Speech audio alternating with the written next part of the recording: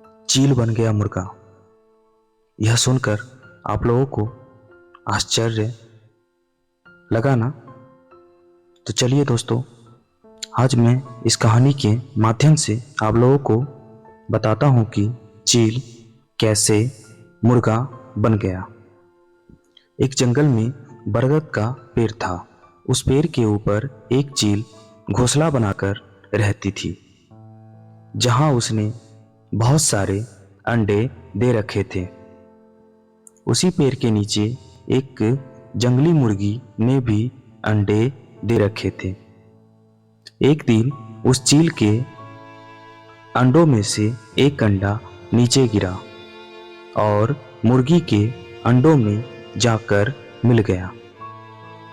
समय बीता और एक दिन अंडा फूटा और चील का बच्चा उस अंडे से बाहर निकला। वह यह सोचते हुए बाकी मुर्गी के बच्चों के साथ बड़ा हुआ कि वह एक मुर्गी का बच्चा है। वह उन्हीं कामों को करता जिन्हें एक मुर्गी करती है।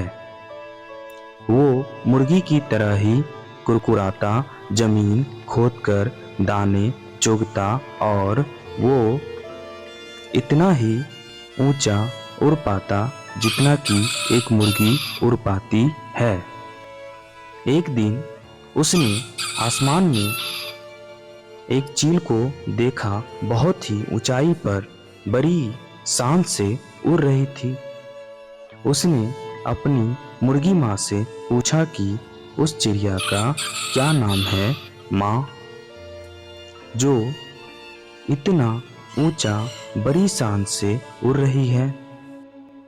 मुर्गी ने जवाब दिया, वह एक चील है। फिर चील के बच्चे ने पूछा मुर्गी माँ से, माँ, मैं इतना ऊंचा क्यों नहीं उड़ पाता?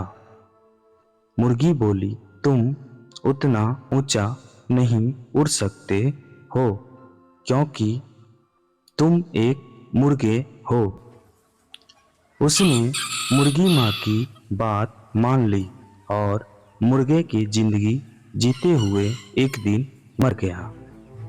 तो दोस्तों, इस कहानी से हमें यह सीख मिलती है कि जो भी हम सोचते हैं या कुछ नया करने की कोशिश करते हैं, तो दूसरे हमें यह कहकर रोकते हैं कि तुम ऐसा नहीं कर सकते, ऐसा नहीं हो सकता, और हम अपना इरादा सोचकर बदल लेते हैं कि मैं यह नहीं कर सकता, और अंत में हार मान लेते हैं।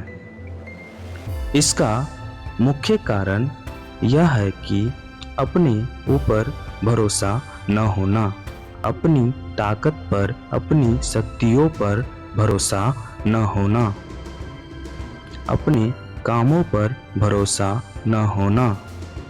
दोस्तों, जो लोग कहते हैं कहने दीजिए, क्योंकि लोगों का काम है कहना। अपने आप पर भरोसा रखें, अपने विश्वास पर भरोसा रखें, अपने आप को पहचानें। दोस्तों, अगर जीत निश्चित हो तो कायर भी लड़ जाते हैं।